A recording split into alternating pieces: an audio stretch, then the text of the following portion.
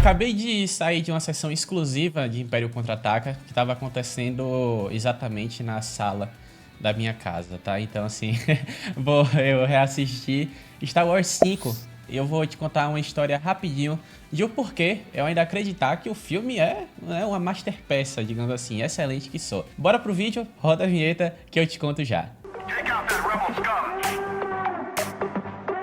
Saudações imperiais. Gente, ó, se lembra do básico, se inscreve no canal, deixa o like, ativa o sininho para as notificações para você ficar mais ligado em vídeos como esse. Mas de qualquer forma, bora pra a opinião aqui, tá? Eu tô gravando esse vídeo mais na emoção, no hype e tal. Não vai ser um conto tudo, não vai ser um com spoilers. Obviamente o filme já tem mais de 40 anos, né, que foi lançado, então não tem preocupação nenhuma com spoiler, alguma coisa do tipo. Cara, eu não consigo falar de Império Contra-Ataca sem conseguir fazer algumas comparações com o que a trilogia sequel tentou fazer, principalmente no episódio 8, que é o seu filme do meio. Então, não exatamente é uma crítica a sequels, mas eu ainda tenho que traçar um paralelo aqui para dizer o que é que funciona e o que é que não funciona. Pelo menos nos aspectos de roteiro, ou então pelo menos nos aspectos nos quais eu acabei me identificando mais, certo?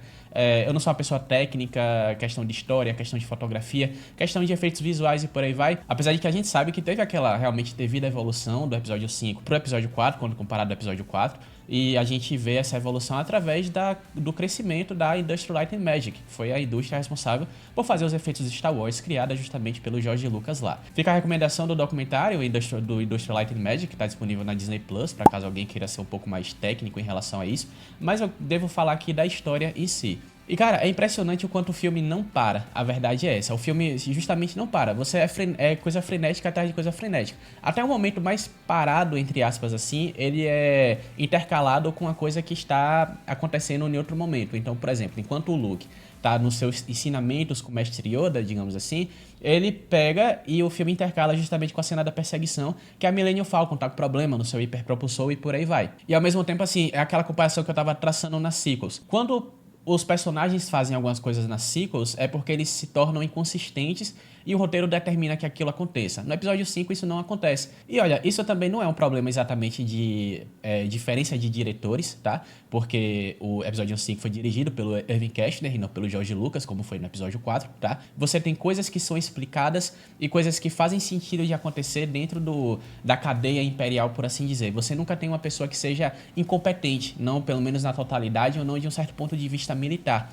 Ao contrário do episódio 8, por exemplo, que também ironicamente, um filme de fuga, certo? E você tem decisões que às vezes se tornam meio questionáveis. Por que a Primeira Ordem não envia, por exemplo, um bando de nave, caças, bombardeios para destruir as naves da Resistência que estão perseguindo, certo? Estão esperando acabar combustível, estão esperando alguma coisa. E ao mesmo tempo também todo o preceito da Resistência está escapando de Dakar, que é o planeta onde eles estão, que lançaram um ataque à base Starkiller. Esse preceito é fundado pelo simplesmente o Poe distraindo o Hux com uma piada de tipo, tua mãe, sabe? Então assim, e o Hux agindo meio inconsistente e meio como um idiota, quando comparado ao Hux que a gente viu, sei lá, 2 horas atrás, que é o tempo que episódio 7 e episódio 8 se passam. Então, assim, é inconsistente. E ao mesmo tempo, assim, da mesma forma, você tem uma tentativa de humor que no episódio 5 não acontece. No episódio 5, o filme é engraçado porque são os personagens que agem daquela forma e eles são construídos pra agirem daquela forma. Não tem uma diferença de tom, entende? Então, assim, quando o Han Solo, ele tá paquerando a princesa Leia, ele fala, você precisa de um cafajeste como eu. Faltando um salafrário na tua vida. Quando ele chega na Cidade das Nuvens, que ele fala, Lando é meu amigão, que ele tenta manter as aparências pra princesa Leia pra dizer que tá tudo bem, mas enquanto isso ele tá falando pro Chewbacca, tu fica atento porque é o Lando, entende? O Lando que pode trair a gente a qualquer momento aqui. Enquanto também, na verdade, você tem o Yoda agindo como um doido, digamos assim, mas ao mesmo tempo é pra provar a lição dele de que, obviamente, guerra não faz grande ninguém e que o jovem Skywalker tinha que ter aquela paciência e ele tava testando o Luke, entende? E ao mesmo tempo também você tem pessoas que não são inconsistentes. No início do filme, justamente, você tem a galera da Marinha Imperial. A Marinha Imperial, você tem, né, a Frota Imperial, comandada pelo Almirante Ozzel, né? Pelo menos aquela parte lá da Frota Imperial. E o Almirante Ozzel, ele simplesmente decide fazer uma tática militar que é meio certo para um certo determinado de coisa, mas para aquele momento específico não era. É incompetente? Não, mais ou menos. É incompetente pro Vader? Com certeza. Por isso que ele é executado. Basicamente, vocês se lembram, né, que o Ozzel, ele pulou muito perto de Hoth E aí os rebeldes conseguiram detectar o movimento da frota e justamente começaram a ordem de evacuação. Mas em um contexto militar, pegar a galera de surpresa não é um plano ruim, né? Não é um plano ruim. Então você tem essa justificativa. Você tem essa justificativa que a galera tá perseguindo a Millennium Falcon. E ao mesmo tempo você tem, eu não quero saber, o Vader tá falando, eu não quero saber, vocês vão caçar Millennium Falcon, e aí adentra caças pra caçar Millennium Falcon, tem bombardeio pra tentar expulsar Millennium Falcon do campo de asteroides, você tem os Star Destroyers entrando no campo de asteroides justamente pra procurar mais em busca, assim, o Vader falando, eu não quero saber de nada. A galera contrata caçador de recompensa, o Boba Fett é um cara esperto, que ele vai atrás do Han Solo, porque ele previu alguma coisa que contrabandistas fariam, digamos assim, e ao mesmo tempo também você tem até aquela coisa de Bespin. Então assim, você tem o Lando, que já é estabelecido como piloto da Millennium Falcon, como antigo dono da Millennium Falcon, para quando o Han Solo for congelado lá na frente, ele já tem um motivo para estar ali, entende? Pra ele estar ali do lado do Chewbacca, servindo como copiloto e indo pra missão maior de salvar Han Solo no próximo filme. Até mesmo o próprio caso, pequenas coisas, como por exemplo o Vader não querer danificar o Luke Skywalker no teste de carbonita. Então ele vai testar a carbonita primeiro com o Han Solo, né? E justamente é isso que faz o filme rodar, né? Com o Han Solo congelado lá no episódio 6. Mas enfim, isso aqui, né? Como eu falei, não conto tudo nem nada, tô passando aqui muitos detalhes. Mas você vê que não é nada se torna... A pessoa não se torna incompetente. É tudo bem pensado, é tudo na estrutura imperial que mostra realmente que a galera tá lutando contra um regime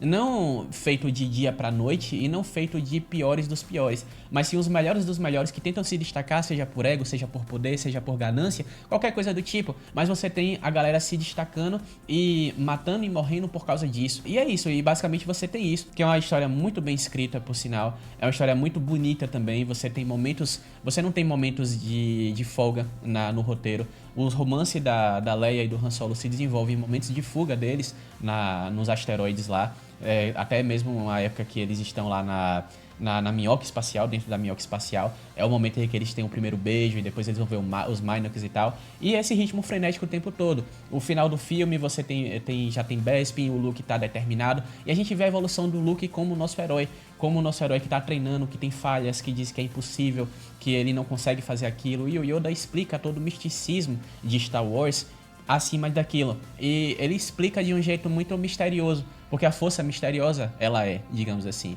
E você sabe que ela nos cerca, rodeia, ela nos penetra, ela nos envolve, mas você não sabe exatamente o que é, você só sabe que é a força. E é a força justamente que motiva, né, toda a questão de Star Wars. E essa parte da mitologia que é muito interessante, que é explicada em Dagobah, na caverna de Dagobah, Luke Skywalker contra Darth Vader, na caverna de Dagobah que ele se reflete, né? E o Yoda até fala assim, poxa, o que é que você vai encontrar na caverna é tudo o que você leva com você. E o medo, a ânsia, né, a ansiedade, a insegurança e tudo mais. E, cara, é fenomenal, porque assim, até nesses momentos de treinamento em si, que você tem frases muito clássicas do Mestre Yoda, quando o Luke fala, eu não acredito, e o Yoda fala, é por isso que fracassa, sabe?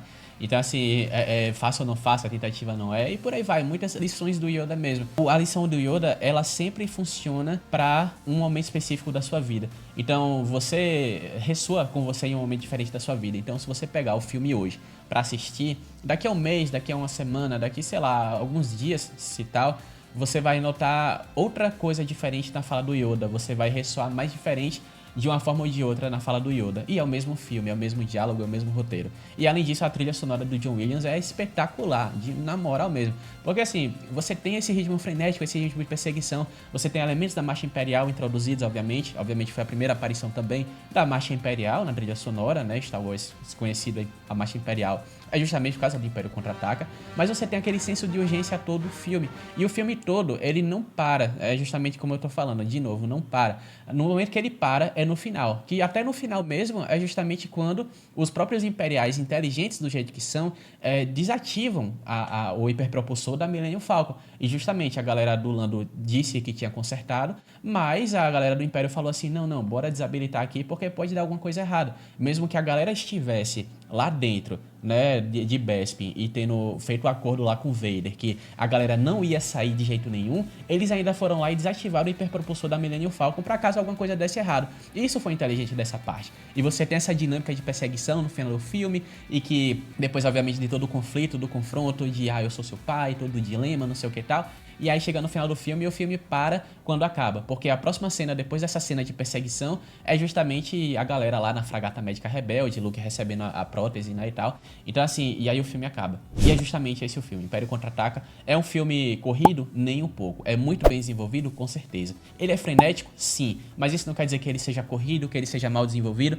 ou que ele deixou alguma coisa a ser desejada. É um filme redondinho, na verdade. É um filme que você pensa e você fala, poxa, eu não consigo encontrar muito plot hole, né? Muita inconsistência aqui no roteiro. E é uma coisa que tentou ser replicada pelo episódio 8, como eu disse, e infelizmente não conseguiu, né? Isso já fica para outro debate aqui. Mas o ponto é que no episódio 5 em si, é tão redondo quanto, mostra a competência da galera, trilha sonora fenomenal, você tem o Yoda, você tem, como eu falei, a evolução do personagem do Luke, as falhas dele, o fracasso dele, e você sabe que é um filme onde os vilões ganham, né? É um filme onde os vilões realmente ganham. A rebelião tá espalhada, buscando uma nova esperança, digamos assim, mas Darth Vader derrotou Luke, Han Solo é congelado em carbonita, Boba Fett, né, é aquele cara com o prêmio mais valioso pro Jabba the Hutt, por exemplo.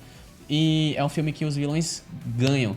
E te dá aquele gosto de tipo assim, poxa, eu quero assistir o próximo filme pra saber o que vai acontecer. É um filme que não acaba com seus plots e só introduz um pouco mais de perguntas para o que você tenta ser pro próximo filme.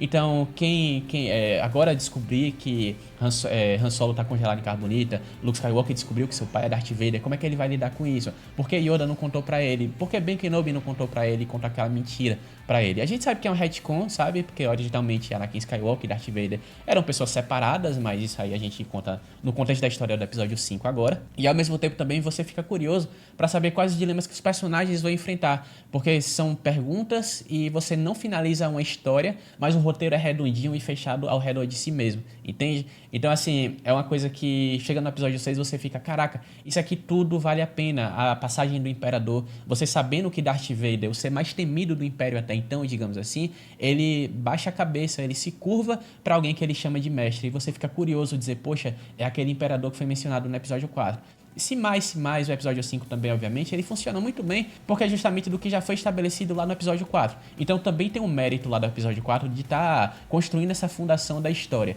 entende? Porque é, afinal, uma trilogia, e uma trilogia não se faz com um filme só. Se você tem um filme que é muito bom na trilogia, isso não se dá muito ao fato de é só ele, certo? Traçando um breve paralelo aqui, episódio 3 não seria episódio 3 sem o ritmo lento um pouco do episódio 2, que faz você crer na juventude do Anakin, na paixão que ele sente por Padmé, que é o que eventualmente causa a queda dele, a morte da mãe e por aí vai. Então faz sentido você ter a trilogia de filmes que conversem entre si e que funcionem como um roteiro bem adequado, tá? Mas é isso, então de resto, deixa aí nos comentários se você tem algum comentário negativo sobre o filme, se você tem um ponto negativo que eu não vi, bota ponto positivo também, que você mais gostou. Mas de resto, enquanto isso, como dizemos aqui no Império, uma vida longa ao Imperador e até a próxima.